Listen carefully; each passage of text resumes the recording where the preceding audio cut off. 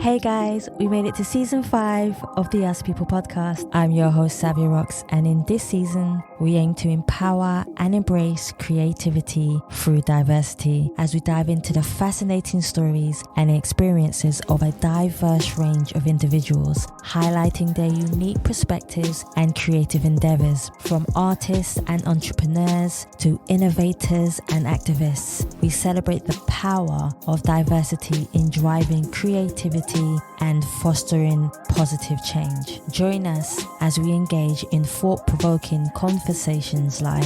I made myself intentionally homeless in pursuit of my purpose. We're aware that a lot of people want to present and they were in my position, and what's worse, they weren't a white male, which is a joke that's even still a thing. I think my family never ever say you can't do something, so full of support for whatever dream. If I said tomorrow I want to fly to the moon, they'll probably say I wish you all the best, Mel. So guys, I just want to say thank you for supporting the Us People podcast for the past 5 years, and we look forward to sharing another new theme song with you. Let's go.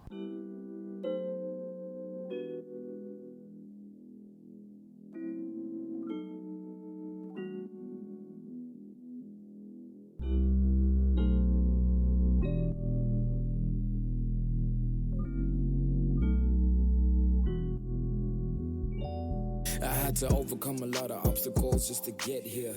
Embrace your innocence. Hey guys, and welcome to another episode of the Us People show. I'm your host, Savia Rocks, and today I'm humbled to have Marlon here with me. He is the CEO, managing director and founder of Kush Films. He's also New Urban Images International Pictures Limited, and he's also the owner of the Community Arts and Media Development nonprofit. Marlon, I want to thank you so much for coming on the Us People show. How are you? I'm fantastic. I'm good. Well, I say I'm fantastic. I mean, in spirit, I'm grateful. At my age now, I'm just grateful to have life, have strength, and somewhat decent health. And you have to be grateful sometimes, and most of all, keeping opportunity. That is true. That is definitely true. So Marlon, there's so much that I want to know about films. You're going to educate even me today when it comes to films and the industry. And we had a short talk even before we came on, but the first question I do want to ask you is, Marlon, can you tell me about your background of where you grew up and how that inspired you to be the person who you are today? Yeah, obviously British, born here, born and raised in North London in a notorious place called Tottenham. Yes, I know. And basically, didn't used to always be on the right side of the tracks myself. I grew up on a place, didn't actually live there. I live on a nicer part of Tottenham, but somehow I got attracted to the Broadwater Farm Estate, which is a very notorious estate, where, as many sort of know, later on in years, where Mark Duggan, the guy who was shot by the police, where he came from and his family, and also during my times was where the first riots was, where the policeman PC Blakelock got hacked to death, basically in the 80s, one of the first major riots. So that's where I come from, where I grew up. As I said, wasn't always on the right side of the tracks. Used to be a bit of a Jack the Lad. Everyone knew me around town, and I used to keep raves and parties and all that kind of stuff. So I had a knack of sort of bringing people together and sort of promotion and marketing and that sort of thing. And to keep raves and parties on the sort of what we call the rear groove scene, and the champagne and brandy crew and all that kind of stuff, and all the excitement around that, and did that, say the truth, right up to in my 30s. So I kind of even started late in the film business, and sort of when I realized that there was more to life, and I needed to change my life, and I wanted more in life. So it was in my 30s basically, and growing up, everything that happened to me before that, and all the things I did which weren't good things. Some of them, I've spoken about them before. Some of the things I've done, and it's similar to what a lot of the young guys are out there doing now. But I think it was more of a necessity in our time, in a sense, because there was far less opportunities for Black people generally. Blatant racism, and some of us just chose to do our own thing and make money our own way. So, and that's what I sort of chose to do, and I was quite good at it. And just wanted to be in control of my own life. So yeah, just I dabbled with drugs and sold drugs, and basically done other things that got me into trouble, in a sense, but always never enough trouble to send me to prison. I was always had a smart head, so that always kept me out of away from prison, and where a lot of my friends were going to prison. And I kind of kept a good sort of duration in between each time I did get in trouble, for me to get probation or get something like that, and not actually be sent to a grown to prison and that sort of stuff. So those were the times, and everything that I sort of did in those times and what I learned actually helped me in later life to be where I am now. And I it gave me certain strengths as well, a certain attitude, and one of those attitudes is basically not to take no for an answer. And that helped me greatly later on in life, especially when I entered the film business, because there's a lot of rejection, and a lot of closed doors in the film industry. But being someone who was tough-headed, being someone who wasn't going to take no for an answer, being a lot more resilient than I found other people who maybe came from film school or whatever, I survived within the industry. And over the many years that I've been in the industry, I've seen many come and many go. Yeah. And I'm still here celebrating 26 years this year, and I give thanks and praise for that. And my stubbornness, just wanting to be my own person, my own man, has helped me to be here to this day. It's kept you persistent, as definitely is. Yeah. As my Jamaican grandmother would say, my head's tough. My head tough. You know what I mean? My head tough. So yeah, There's nothing wrong with a tough head. Sometimes you need a tough head just to get through life in general. Well, you definitely do in the film industry, especially being Black in the film industry, and especially in the times that I started. Even my own people thought I was crazy when I said I was going to start showing films. I was going to be people even. I won't use the word film exhibitor, because even to this day, people don't know what a film exhibitor is. People say, "What do you do? You promote movie, or you promote film?" I say, I'm a film exhibitor. They ain't got a clue what that is. even film distribution, it's not a job that in the Black community that people even understand, because everyone in film in the Black, as far as the Black community are concerned, I'm talking about the general sort of the public, the Black community especially. Everyone in film is either an actor, or you're a director, or you're a producer. That's true. You're a writer. But when you say you're a film distributor, what is that? What do you do? And what is a film exhibitor? They don't understand what that is. So trying to explain that to people. So I just say, I promote movies. I put movies on the big screen. That's what I do. So you have to explain it like that. But when I first started, people thought I was crazy. You're gonna promote films. Who's gonna come and watch that? That's not gonna work. Marlon, was there a lot of negativity when you turned around and you said that this is what you was gonna do in your life? The most negativity. The first thing, a lot of people obviously knew me from the streets, and they knew me from what I used to do before. Yeah. So a lot of people said simply, "Oh, don't worry, we soon see him back in the dances, soon see him back in the raves again. Don't worry, you soon see him back in the dance." You know what I mean? And that's what people said. And I even have I've got a very famous uncle who's knighted by the Queen. He's a Sir, lives in Scotland. Sir Jeff Palmer, OBE. And I remember speaking to my uncle and telling him that I was what I was gonna do, and he turned around and said to me, "Black, it's not gonna work. You're gonna get Black people to come out to the cinema and watch movies and pay to watch it." I'm surprised. Exactly. I think maybe again a lot of people didn't even understand what I was trying to do Yeah. because there was no sort of representation before me of that. You know, what I was doing was quite pioneering. It is. There was only one guy before me, and he was from South London. That was a guy called Mark Booth from Nubian Tales, and he was the sort of pioneer from back in those days who did screenings. But he kind of more, you know, he did stuff sort of more art house, where it was for filmmakers, and within that sort of circle of, you know, very small sort of you know, the film sort of circle, people who were in. Where I came differently. When I came, I wanted to do it for the general public, and Yes. I wanted the masses. I wanted to, you know, I wanted glitz and glamour and all that kind of stuff. That's what I wanted to do. And so you know, when I came in, I came with a very different idea of what I wanted to do and how I was going to do it. One of the questions I do want to ask you is, before we get to more films and the industries and your companies of what you do, the one question I do want to ask you, Marlon, has there ever been a time where you have looked in the mirror and not recognized the person staring back at you? How did you go from being a person that you didn't necessarily like being to being the person who you are now, who is productive, an entrepreneur in your own right, you know, in your own sense, inspiring and a pioneer of what you do? Yeah, there sure was.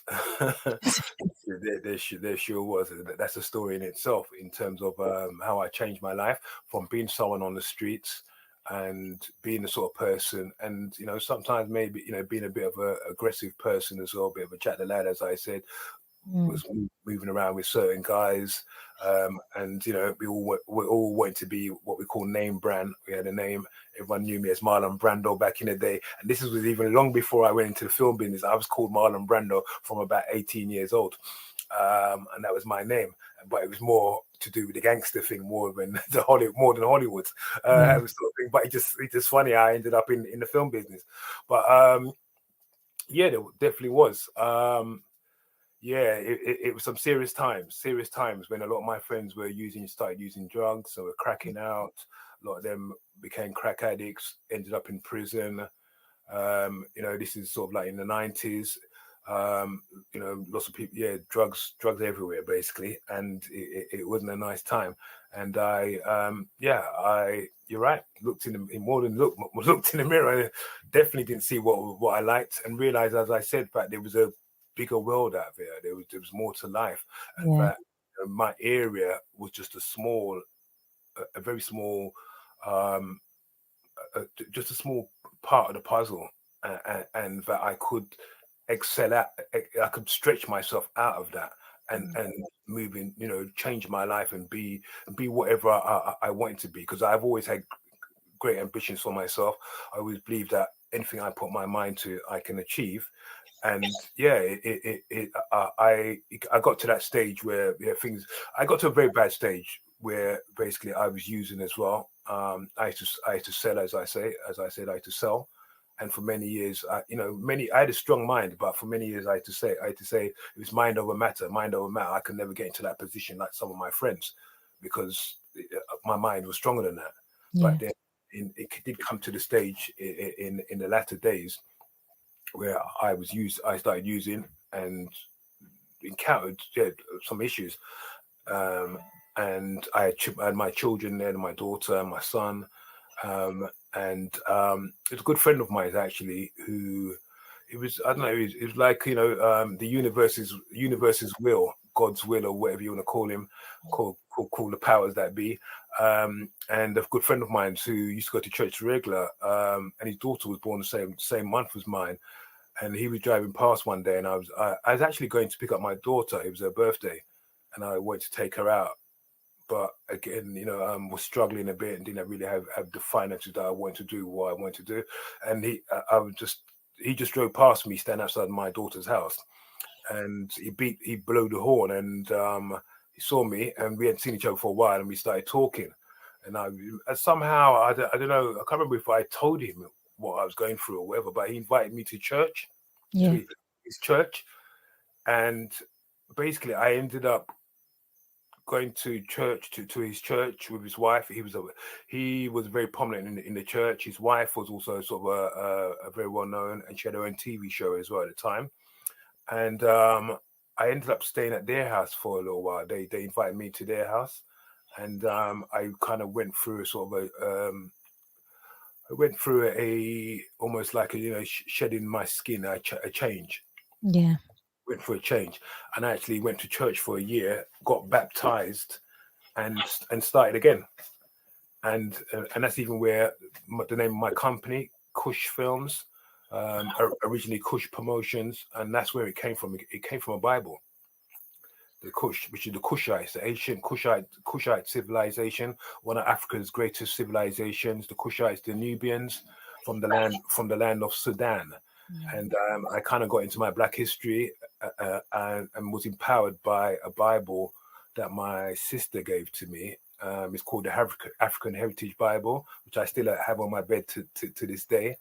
And within that Bible, it was the King James version of the Bible, but it also it was written by some Black pastors in America, but it had a whole history in the back and in the forward of the Bible, showing you the Black connection to the Bible and the Black tribes and the Black people and the Black kings and everything. Gave you the whole history. And I'd heard about the Nubians, but this is really, I kind of learned about the Kushites and the Kushite civilization, and made me go and study it more and go and learn more about it.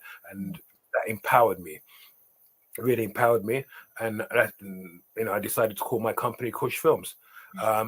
It was also another way. I also learned that the Kush also was it was an ancient Hebrew word for the word black. So I was thinking of a way not to frighten the white people in the film industry by saying black, black, black, but still push the blackness at that time. And I decided to use Kush Films as my company name, which meant black films to me. And it was Kush Film, but also Kush was also to remind my people that we were once kings and queens, and in power. Because everyone knows me, when I walk tall, and I like to wear big hats and have my chest puffed out. So anywhere I walk, I don't care whose office it is, Sony Pictures, Warner Brothers. I don't care what credential these people got. When I walk in there, I'm walking in there tall, and that's what's enabled me to get to where I am to this day, because I'm not going in anywhere cowering, begging anyone for anything. I'm going in there offering services which I believe I can deliver, and you're going to pay me for those services. That's what I like to hear. So you've got Kush Films, and then you've got New Urban Images International Pictures Limited, and then you've got Kush Community Arts Media Development for non-profit. Talk to me about each one and why you decided to do each one. Well, it was all part of the journey, actually, and also it was all part of the fight. It's all part of me adapting to the industry, evolving, and then also part of the fight that I was getting. So Kush Community Arts and Media Development, that came about in 2006, was it? Probably, where I was getting so much fight in the industry, and you're always begging for opportunities. Is that I decided to set up my own. I just felt alone. This whole journey, a lot of time I felt alone, and doing what I'm doing as an individual in a sense, and the way I think and the way I want to do things, and I've always felt kind of alone on the journey. So around about 2006, no, I think it was before 2006. Sorry, it was 2000. No, before 2001. That's when I first set up Kush Community Arts and Media Development, and that was basically because I was getting so many doors closed in my face in the industry. Some distributors would support me, some wouldn't, and I was getting really frustrated with the whole thing. And also, again, I said I felt alone, and I set up Kush Community Arts and Media Development as a not-for-profit to basically try and set up my own training courses to train more young people to come up and do what I do, what I was doing, and be in the industry. There were lots of actors, filmmakers, and stuff like that, and I wanted to train other young people that maybe about film exhibition and film marketing and that sort of stuff. And so I set up. I was based in the London Borough of Hackney at the time, and working with a colleague of mine who was a funding sort of expert, we was able to obtain some major funding. And I set up, my company was set up Kush Community Arts and Media Development, and I started running my own training courses. And I set up a flagship training course, which it won awards. It was called A Bridge to Normal Living, a training course that I set up. I've never done any of this before. And I basically I set it up, became the project manager, and I had various people who I still work with today who became my tutors, and we helped. We enrolled young people who were recovering from substance abuse, learning difficulties, prison, exclusion, and we taught them digital video production. I like that. And we worked with the London Borough of Hackney with their community safeties teams in the London Borough of Hackney, and the police who funded our course. We got at the time I was getting some good money, about £40,000 every time for our course, and I was able to work with the Rio Cinema in Dalston in East London, and they had a basement. They gave me their basement, and we run the courses in the basement of the Rio Cinema in Dalston. Was there for about 3 years. And I also got Choice FM on board, which was the prominent radio station at the time, black radio station. They sponsored me and run ads and that sort of stuff. And then I also got Nando's on board. Nando's just launched in the country, and I got Nando's to sponsor lunches for all our students. And they sponsored me for 3 years, if I remember right. And Choice sponsored us as well for a number of years. And we ran it for 3 years in London Borough of Hackney. And I helped a lot of young people who were on hardcore drugs, to find themselves in life. And a lot of them still credit me to today. It's one of my proudest sort of moments to see them now as big as adults who credit me for helping them at that time. And that's what. And then we also for Kush Community Arts, I also ran a Black History Month film festival. Yeah. So I came up with the idea of creating my own Black History Month film festival, which was a mobile film festival. It ran for a week. And we basically started it at the Rio Cinema, and then it did a tour to various cinemas. Went to the West End as well, cinemas in the West End, and then we ended it back at the Rio Cinema. And I got major funding from the LFVDA at the time, which is now called Film London, who sponsored us, and we got various other sponsors that sponsored us, and we screened Black films that champion Black history and showed our true history as Black people. I've been thinking about restarting it for years, and just never kind of got back around to it. We ran that for a number of years. So, and run various other training courses. We did other various screenings and that sort of stuff with Kush Community Arts and Development. So that was set up as part of my, almost like it was a resistance to the industry, so that you're not going to block me out, you're not going to stop me, and if you stop me, I'm going to either go over the top. If I'm not over the top, I'm going to go underneath. If I can't dig underneath, I'm going to go around the long way around. But you're not going to stop me. So I found another avenue to continue to do what I love, to help other people's development, and still promote Black films at the same time. So and that's what I did. Now, then much later on, 2013, New Urban Image International Pictures was set up. I set it up when I basically realized that I wanted to move into distribution, into film distribution. And I sort of dabbled with film distribution and become sort of a distributor, working with my close friend who's sadly now passed, the director Menelik Shabazz, who's like a big brother to me. And we worked on his film, The Story of Lovers Rock. And together, myself and he distributed his film directly, because we couldn't get no distributors. He couldn't get any distributors to support him theatrically. And he came to me, and we decided to do it ourselves. And we basically took his film around the whole country over 6 months and toured it basically. And that taught me that we can distribute films ourselves, and taught me a different way of distributing with very little money, a very low budget, and sort of doing it in a sort of a tour style, and bringing it to the people and getting the people to demand the film and bringing it on the road to each city as we went along. So after that, I kind of did another film called Get Her Life, a Jamaican film, boxing film, feature film. And then 2013, I set up my own sort of New Urban Image as a distribution company, which, as far as I know, is the UK's first black-owned film distribution company. And I started to aim to distribute my own films from there as well. I like that. I definitely like that. So one of the things that you did mention, Marlon, which I wanted to touch on, is the fact that you kept on saying lonely. And I know in any industry, when we're working hard or working long hours, sometimes even overworking, we can get burnt out, which I know even before we came and we started having this interview, we were talking about burnt out and overworking. But one of the things that I do want to touch on is you were talking about lonely quite a bit. What is it like being on a journey and feeling lonely, even if you feel like you are doing your purpose? When does the lonely part kick in for you, and how do you get yourself out of that lonely part? Well, it's for me, obviously it's all part of the journey, and still is very much part of the journey.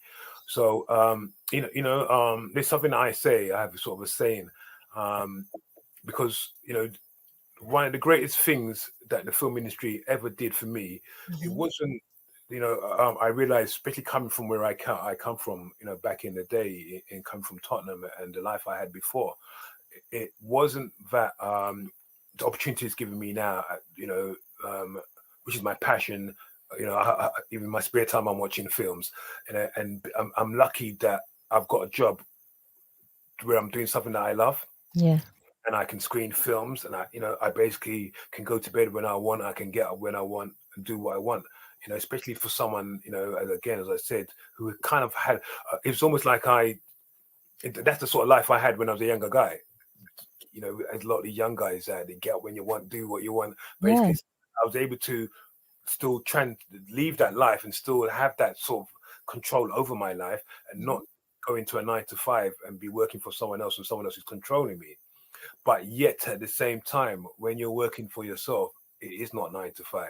It's 9 till 12 or 9 till 2 in the morning or something like that, basically. And that is the problem, being able to sort of shut yourself off. But when you're really trying to forge ahead, you're really trying to make headway. When you're, as we know, as our parents used to tell us, black people basically have to work twice as hard as anyone else to move forward. Yeah. And very much in the film industry, that is the case. So, me working 14 hours a day, that's nothing. That's normal. It's a normal thing. And not even sleeping properly and getting up next day and back on it again. So, one of the greatest things that the film industry did for me wasn't the opportunities that I have now, as I said. It made me, because of all the hurdles, the issues, the fight I had. The film industry made me look at myself, look in the mirror, as you kind of pointed out. And this is the second time, not the first time when I changed my life. This is this is years into the film industry.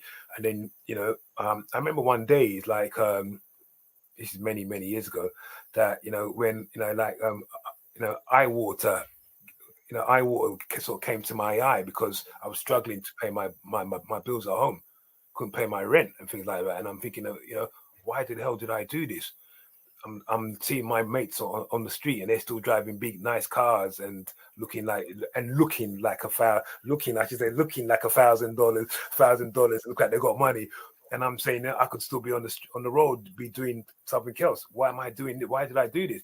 I can't even pay my bills. These bloody people are fighting me all the time. They don't want to pay me to promote their films. They give me the films, but when you ask them to pay you, it's another story. Or they want to pay you some chump change or something like that. And I got very frustrated. And what happened was, I basically sort of went into myself and wanted to find out more about almost like myself and who I was, and also the sort of human condition. And I basically I took up personal development, nearly 20 years now, and I started listening to some of the great new age, new thought thinkers, you know, the Deepak Chopras, the Wayne Dyers, the Tony Robbins, the all the great sort of as you know, people talk about the law of attraction, all this kind of stuff, and all the business sort of guys like the Brian Tracy's as well, the Brian Tracy, and I still do to this day. And I just went into a whole sort of ethos of learning who I was as a person, what my capabilities are, what my limitations are, what my my limiting beliefs, the things that held me back. And I learned so much about myself. And one of the things that I actually learned was that I was actually blocking myself from actually progressing within the film industry, because I had certain things that were sort of innate within me. They were sort of built. They were part of my habits, and they had come from the streets, from what I'd learned. And as growing up as a young black man, I'd grown to dislike certain white people, like the police, for instance, and certain people who just didn't like us. So I somehow changed my life and then went into the film business. But I carried baggage within me, but it was deep inside of me, and I didn't realize. I thought I changed my life, but didn't realize that I had still had certain issues. So the minute some of these film companies and their CEOs or their marketing managers started to try and tell me what to do, there was a resistance that came up, and I wasn't aware of it. I didn't realize it. And it was like immediately they were going to tell me what to do. I'm telling them what to do. You know, I'm trying to get them to pay me to do a job, but then I had a certain amount of resistance there. And in the end, and if people who do sort of personal development understand these things and learn about, you know, how the mind works and your limiting beliefs and things, you kind of get to understand that there's certain things, that certain habits that you may have and certain things you do that where you end up blocking yourself. It's true. You end up blocking yourself from progressing, and even from, you know, overcoming what they're throwing at you, in a sense, you know, because there's resistance just breeds more resistance. Basically, at the end of the day, through person development, I learned to be more smarter. And you know, as they say, you're gonna work smarter, not harder. You're gonna be more smarter, and then you've got not to you don't fight their resistance with more resistance. You know, at the end of the day, and I've learned to not take on resistance, not spend time fighting them. And you know, there's other people who do things differently, maybe, and they want to fight the industry. I learned not to fight the industry. I will voice my opinion if and when needed. Yes. But I'd rather put my focus on doing what I want to do, what I need to do, on fueling my progression and opening doors and leading the way, doing that. Put my focus on that rather than focusing on what they're doing and their negativity, because all of that actually just holds you back and it stops you from progressing. You're putting all your energy into focusing on why are they doing this, why are they doing that, they're stopping me from doing this, they're stopping me from doing that, and you're actually being attracted to their negativity and their resistance. I learned to stop doing that. I did that for many years, and I learned to stop doing that. So now my focus is always on what I'm doing, not what the industry was doing. The industry is designed to keep us out. If you put your industry on, or you put all your energy in finding, the route to take you forward, and you'll focus on that, then you'll only keep going forward, as far as I'm concerned. That's true. Know? So, and that's how I've always kept moving forward, because they no longer. My focus is no longer on them, basically, and the gatekeepers, and trying to get them to endorse me or to validate what I do or be my friend or whatever.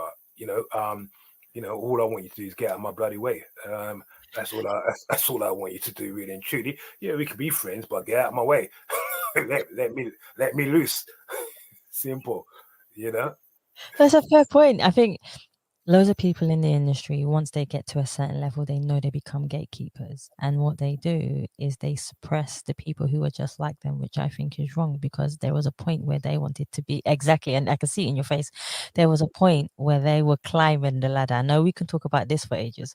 You're damn right. You're damn right. They know, and they will tell you as well, because they know that I don't chat to some of them, and it's always been like that in the industry.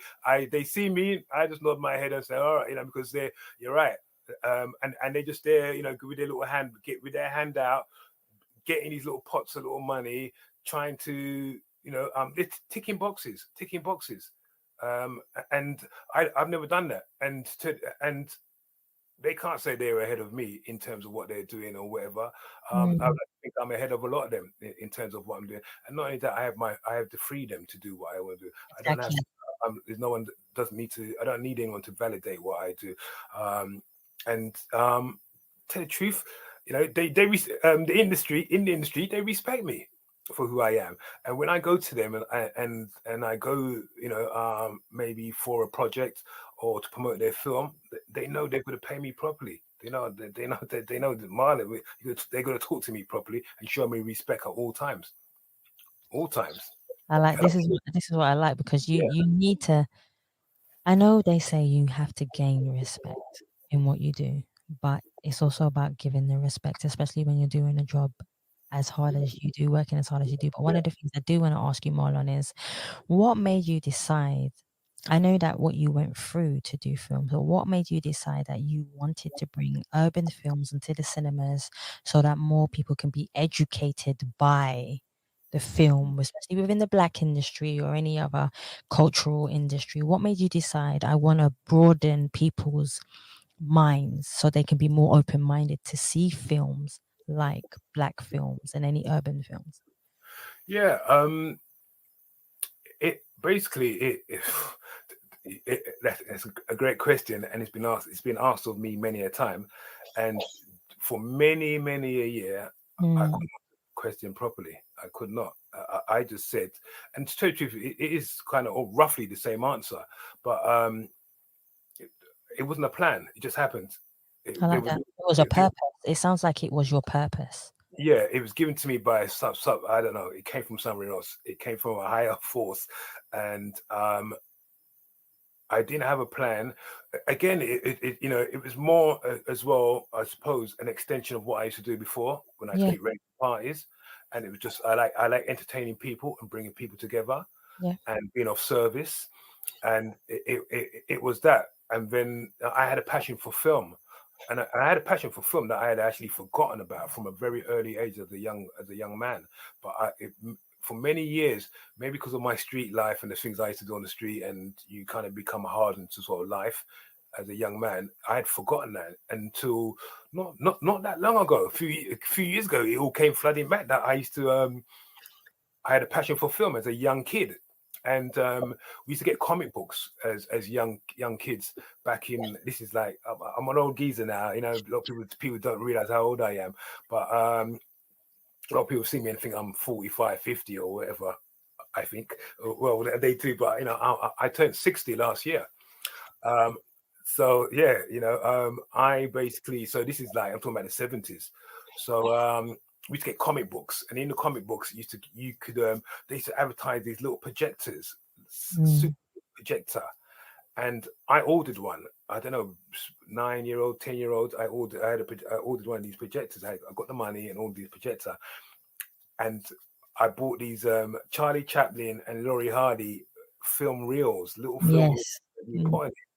And I would be in my bedroom, turn off the lights, and put the blanket over you, and be projecting onto the wall and watching Laurie Hardy and Charlie Chaplin films.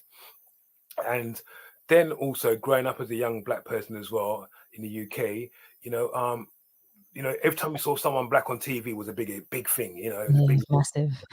Where the family would gather around and things like that. And then also, I took up martial arts as a young man as well, which was big in the black community. And that is kind of part of another story why I have a new event that I've been doing since COVID, which is the launch of my Kung Fu cinema. And I've brought back old school late night Kung Fu films. Marlon, do you find that martial arts gives you a discipline within yourself?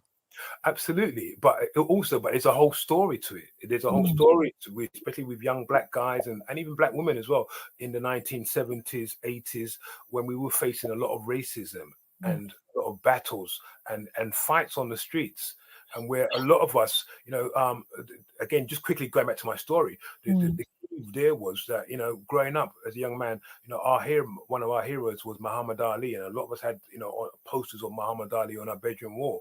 But alongside Muhammad Ali, a lot of guys also had Bruce Lee on bedroom walls, and Bruce Lee was almost like an honorary black man. He was a minority, a Chinese, and in them days, Chinese were treated just as bad as black people, maybe worse. They were seen as lesser, Chinese. So when Bruce Lee came, Bruce Lee also empowered a lot of black people, a lot of black guys, and we started watching all these martial art films.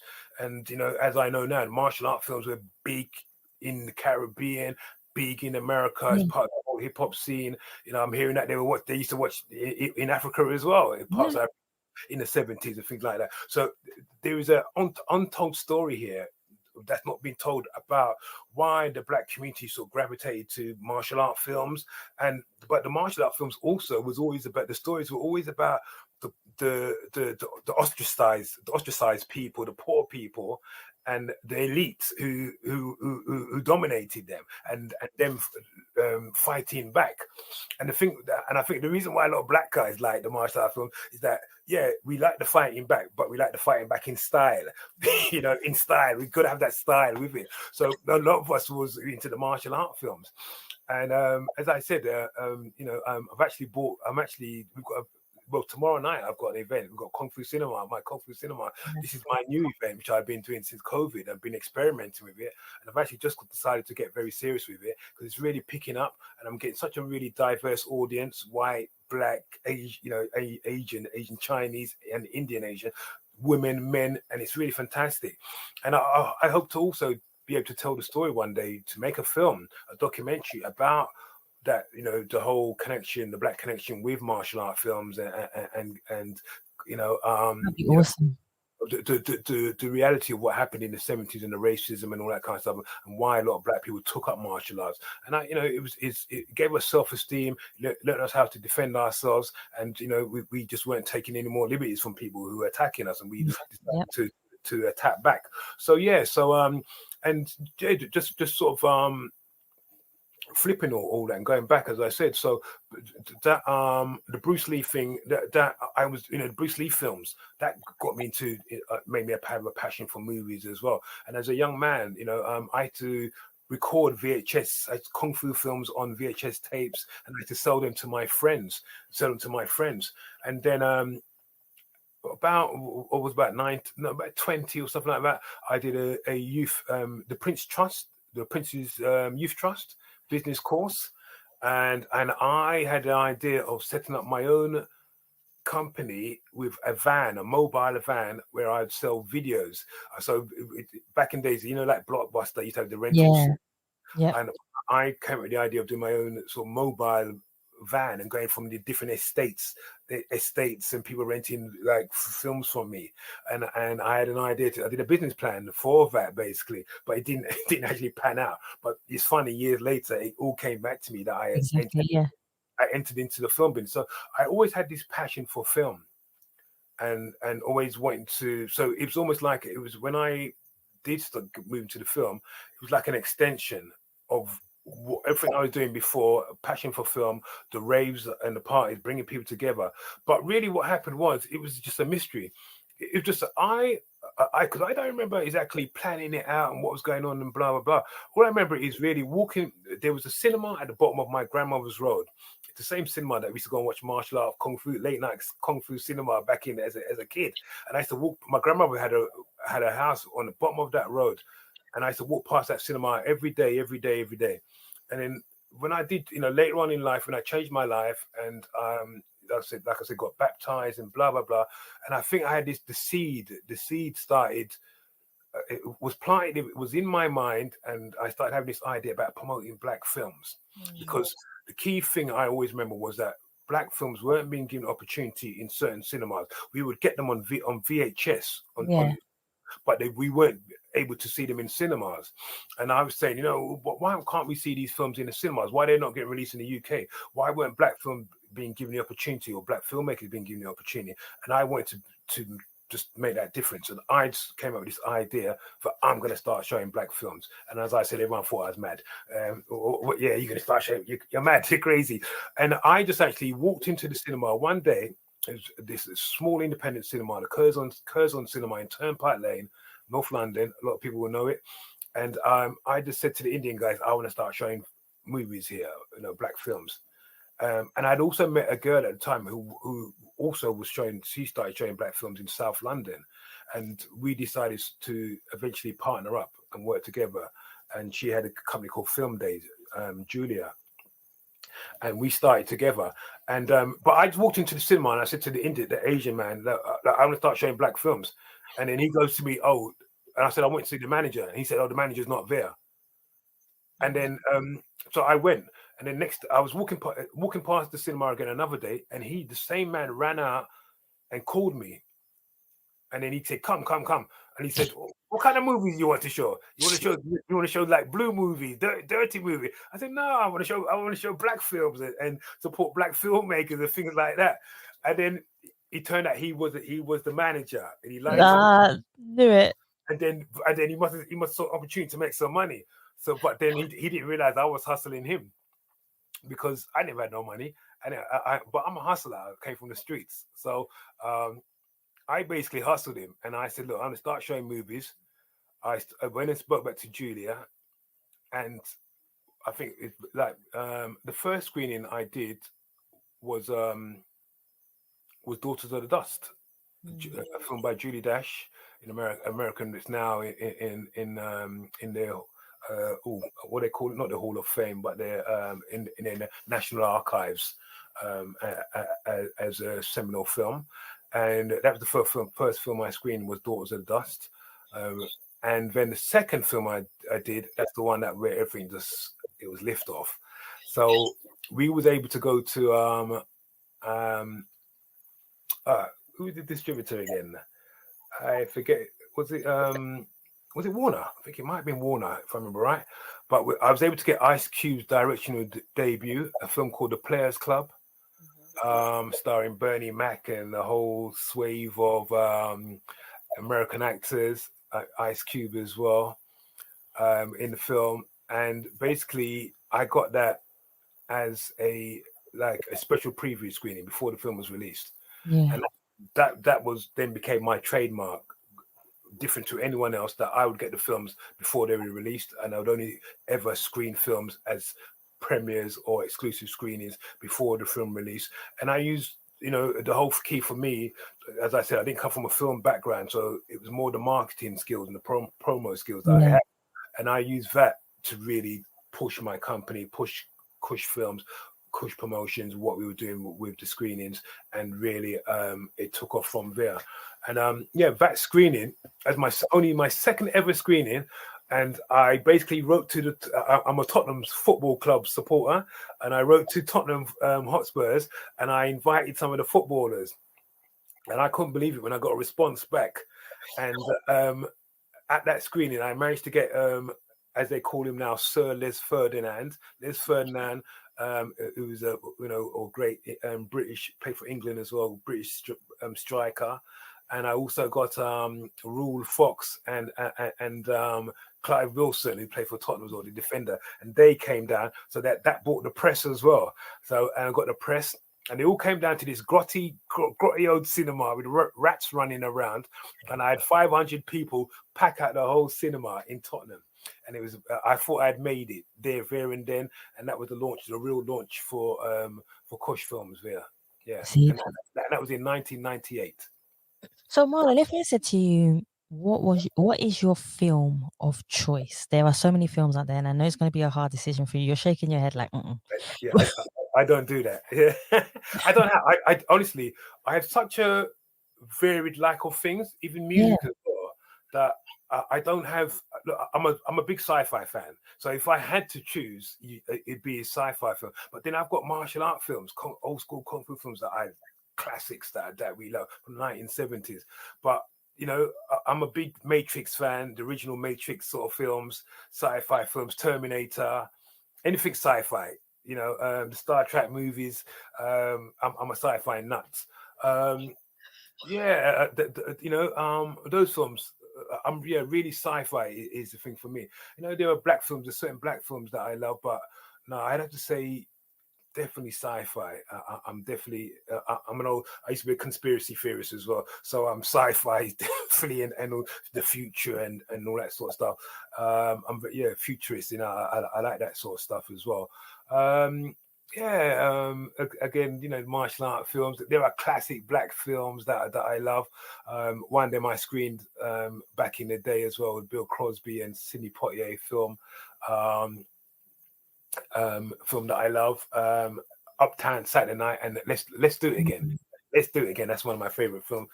That was a classic of mine, comedy, black comedy. It's I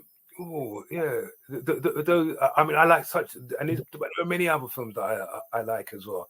I have a very varied taste, and I don't like to pigeonhole myself in anything. I'm a very free spirit. That's understandable. Yeah. Person. In life, in everything I do. Yeah, in everything I do. See, so if I said to you, Marlon, what is the best advice you have received from someone, and how has it helped your life? What's the best advice? The best advice, I suppose, is what I've learned is that if I don't have any limitations, I don't have limitations. As all of us, if you allow your mind to think in a certain way, and you realize your true potential, then just like myself or anyone else, we don't have limitations. We are people. Our people place limitations on us. That's true. And we place limitations on ourselves. That's true. That was one of the key things, that I am limitless. Anything I put my mind to it, if I really put my mind to it, I can achieve it. And that used to be one of my sayings. As you believe, so shall you become. That's true. So, it's something that it was actually part of my Kush motto. That as you believe, so shall you become. Again, it's a biblical thing as well, ancient biblical kind of a saying, but also it's part of the whole New Age thought kind of a thinking as well. But it's it's all up to you. So that was the most. That is the thing that really taught me, and it's not just about, again, you can do this and you can do that. It's about, again, not placing limitations on yourself. It's about not limiting yourself in what you can achieve and what you can do. That is the first and foremost thing before you start thinking of all the great grandiose things that you can do. It's just stop placing limitations on yourself. Stop letting other people limit you. Stop letting people put you in a box. In this film industry, people like to put you in a box. I don't let them put me in a box. From everything that you've been through, when was the last time that you felt totally at peace with yourself? Well, I'm a hard person to deal with, as some of the mothers of my children would probably tell you. I'm very I don't I have high standards as far as I see it, and I like to push myself as far as I can go, and I keep pushing myself. So I think that happens. I think that happens only when I separate myself from my work, and I take time out to maybe meditate and put myself in a state of awareness of where I am and how far I've come in my journey. And it's only then you sort of realize the big steps that you've made, and that you should be kind of happy in a sense of where you are right now, because my life could have been totally different. That's true. Yeah, and I find that, that I am happy. But then, every day I'm working, work. I'm just trying to, for me also now, I think the thing for me as I get older, you kind of realize maybe time is running out for you. And this is now your time to sort of leave your last legacy. And again, what I'm doing now, this is for me, what I've just done since COVID. COVID came and just sort of changed the game completely. I saw how the world changed. I saw what's happening in the film industry.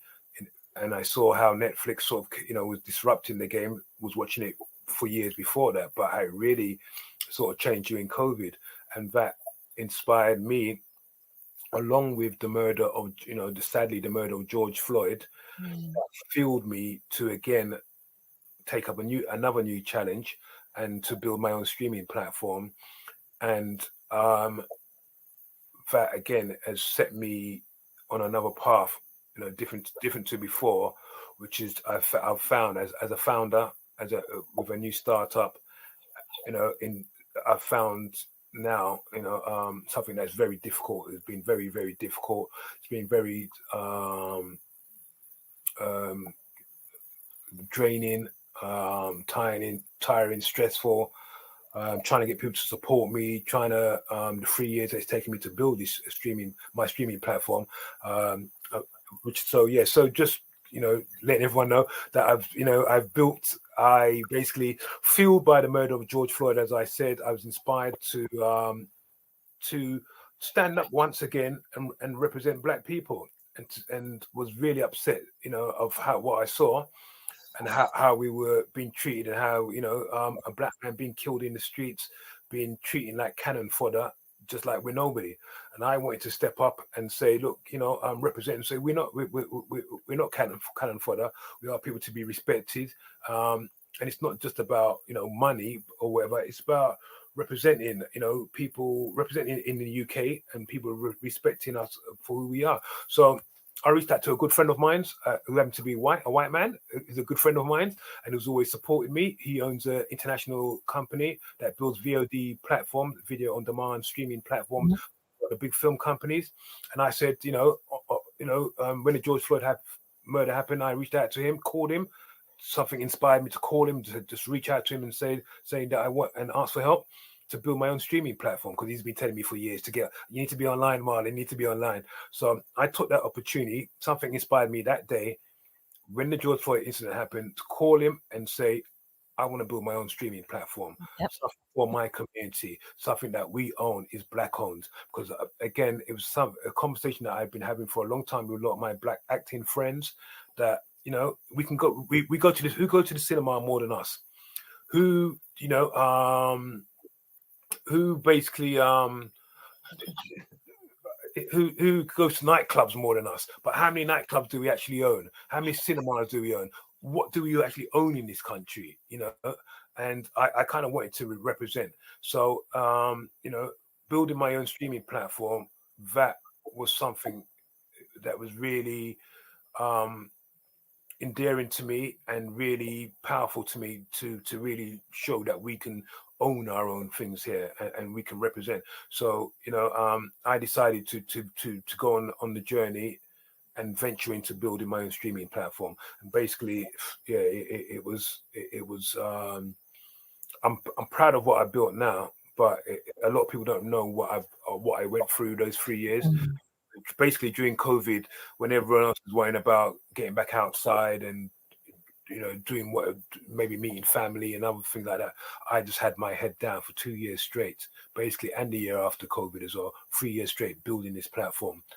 I hardly even left my house, basically, to the point that I developed a lot of issues. I kind of had them before anyway, from 20 plus years of being on the computer with my neck up here, and arguing with people to get paid or whatever. And so recently I've suffered a lot of issues around my neck, with a lot of muscle tension issues, muscles locking up. I've had to have acupuncture and deep tissue massage, and getting lots of pain, that numbness down my left arm, with my my thumb is going dead, and my forearm is going dead, and all of this is just through my passion for what I'm doing, but also overworking, pushing myself too hard. And this is the sort of again, relaying back to what you were saying about love and that journey of an entrepreneur, and maybe not having someone fully to tell you to stop, time to go to bed, or time to put down the computer, or just being so driven that you're just blinking, you're not seeing anything else. And that's where the journey can become very lonely. And then also you can be successful at what you're doing, but also you can encounter health issues and things like that because you're just not counterbalancing in terms of what you do. I mean, the good thing is that over the years I have suffered issues. And again, one of the key things, along with the personal development, I took up yoga and I took up meditation and all that kind of stuff. So I'm totally aware of everything what I'm doing, but it's being able to sometimes just stop yourself and say, "Look, time to go to bed." But when you got work to do, you got work to do. It's so weird because all those years as a young man growing up, work, I was allergic to work. I will work. Now, in my older age, I'm a workaholic. I can't stop working. That's all I do. That's my life. I've been sitting down there even on a Friday. I'm got the laptop. I'm working. I like the movies on the TV. I'm watching a movie. I'm drinking wine. I'm eating chocolates, but I'm still working. I'm just working. It's never ending, and that's what happens when you're an entrepreneur, when you're working for yourself. Also, like a founder, you got a new venture, and I'm sure a lot of these younger people are out there. You're experiencing that, but you do need to a point where you've got to realize. And the key thing with that is it's just awareness. It's teaching yourself. Training yourself that you have trigger points that you're aware of when you're stressing your body out, when you maybe need to hit the gym, you need to maybe go and do some meditation, you need to get up, you need to stretch, you need to do all of that sort of stuff. But I don't know, maybe for me as well, you think I'd be a bit more wiser, but again, I obviously know what to do, but when you also, again, I'm a person. I'm very. I can get very focused when I'm on something, and I'm very determined to get it done and get it finished. And that's when I start things, I always get it finished and always get it done. So I'm very proud of what I built with kushcinema.com, with my streaming platform, showcasing the best in black films. Spent 3 years building that platform. Then talking to distributors to get them to believe in what my vision, that I want to build a one-stop shop to showcase black films, because you go onto Netflix, you go onto Amazon, it's just like a lot of black films are just lost in a sea of content, and unless you know that content is specifically there, or you come across it accidentally, you're probably never going to find it. So Kush Cinema is all about creating a one-stop shop where you can find great black films all in one place and make it easy for people to find these films. And also, with my knowledge of black British cinema, also champion black British filmmakers and place a spotlight on them, where I don't think, now it's all trendy now, Netflix and Amazon, everyone else to go. They want to put a spotlight on Nigeria, on Africa, a Nigerian filmmaker, Nollywood, but black British filmmakers and what's happened here doesn't seem to get a spotlight. Obviously, I'm black British and I want to put a spotlight on that. And at the same time, still support filmmakers from Africa, filmmakers from the Caribbean. I'm of Jamaican background and want to have all these films on my platform, but also have a great spotlight on the talent here and black British filmmakers. And a lot of the films that many people have forgotten about, because they seem to only remember films from the Noel Clarke era, from when Noel Clarke came and started screen, became successful, and no one remembers all the filmmakers who were before that. There were lots of other filmmakers before Noel Clarke. There was a black British film scene way before that, from the 1950s. There were black actors appearing in films, and then it was sort of vibrant scene starting from sort of around that the early 1980s. but no one doesn't seem to remember that. So it's my job as an elder to remind people and create a place, a home, an archive where people can find these films. This is what I like. So before I say thank you to you, Marlon, I really would like everyone to know where they can find you, where they can find your platform, where they can see these films so that they can be educated and inspired. So if anyone's an independent filmmaker, which I know so many people are, and they need that education, where can they find you? And also, just to say, we're looking for content. So we're looking to partner with filmmakers, and we're looking for content to put on Kush Cinema, KUSH cinema.com. Check it out. We're going to build it out into a fast channel. We're looking to get an app and have it on all the TVs. I'm looking for it to be international. We're offering currently AVOD and also TVOD rental deals, and also AVOD deals. You can find us on Instagram at Kush, KUSH Films Online, FILMS Online, Kush Films Online. I mean, if you Google Kush Films, you find it. You find us. You see my big face somewhere, and wear one of my hats. So yeah, Kush on Instagram, Kush Films Online, Facebook, Kush Films, also and also Kush Cinema. Kush Cinema, also on Instagram, also on Twitter, Kush_online, and Kush Cinema as well. And you find me, Marlon Palmer, Palmer, PALMER, on Instagram, Facebook, LinkedIn, everywhere, basically. So yeah, and we can, as I said, you can Google Kush Films, and you also find the streaming platform, and I'm sure you'll see me. Marlon, I want to thank you so much for taking your time to tell your story so eloquently. So, you showed your vulnerability, your kindness, your compassion, but most of all, your way of telling people that no is not a no. You can find your yes. You find your yes in your way. No is not no. Thank you so much for taking your time to come on the show. I appreciate you. Thank you very much. It's my pleasure. I'm here to help all filmmakers who are trying to make their way in the industry, especially any rebel filmmakers. Please feel free to reach out to me. My experience is yours to have. That's perfect, guys. I want to thank you so much for listening and watching the Ask People show. And please remember, you can connect with us every Thursday at 8 p.m. UK time. You can also watch us on Apple TV, Fire TV, Freeview, Channel 271, YouTube, LCBN TV, and also lcbntv.com. You can also listen to this interview again on Wednesday on Heart Songs Live Radio at 9 p.m. Also, every Tuesday, we have the Us People podcast, which comes out, which is a pre-recorded conversation with myself and a guest talking about their journey and their story in their way. Guys, I want to thank you so much for listening. Stay happy, stay positive, and as always, please continue to be kind to one another. Take care.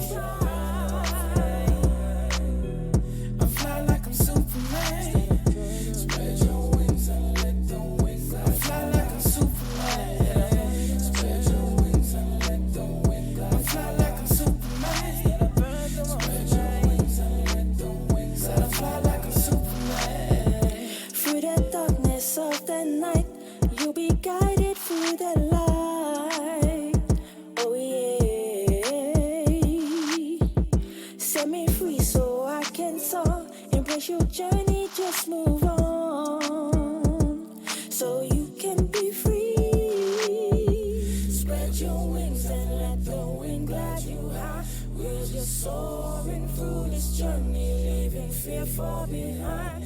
Hearts are filled with courage, you can win if you try. Redirect the yes to you, you'll see the power in yes if you try.